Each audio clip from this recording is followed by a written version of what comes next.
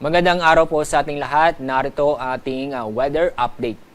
Ngayong araw, makakaranas po tayo ng maulap na kalangitan na may mga kalat-kalat na pag-ulan at thunderstorm sa Palawan at sa Occidental na Mindoro dahil po yan sa epekto ng ITGZ o Intertropical Convergence Zone. Samantala, itong lalabig pong bahagi po ng Luzon kasama po ang Metro Manila ay magiging bahagyang maulap hanggang sa maulap ang kalangitan na may mga isolated na mga pag-ulan sa bandang hapon o gabi. Dako tayo sa Visayas at Mindanao.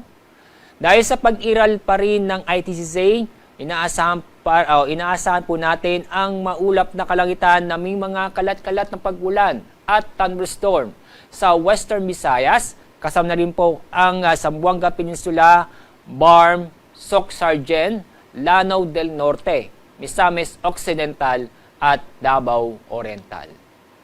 Samantala, ito pong lalabig pong bahagi po ng Visayas at ganun din po sa lalabing bahagi po ng Mindanao ay magiging bahagyang maulap hanggang sa maulap ang kalangitan na may mga isolated na mga pag-ulan. Itong mga pag-ulan nito ay kadalasan sa hapon o sa gabi.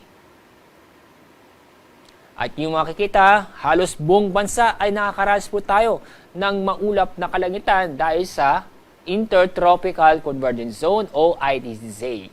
Itong ITGZ ay magpapatuloy ang epekto nito bukas.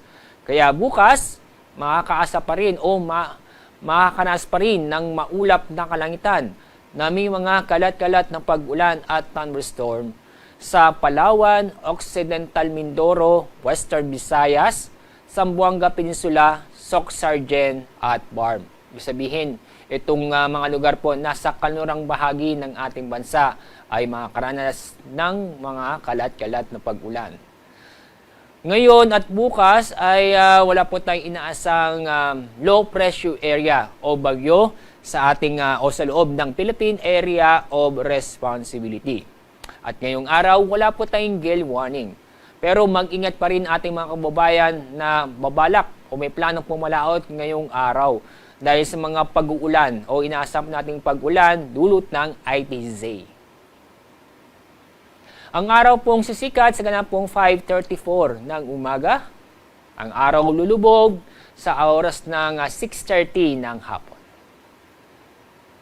Yan pong ating weather update mula sa Pag-asa. Ako po, si Alzar D. Aurelio.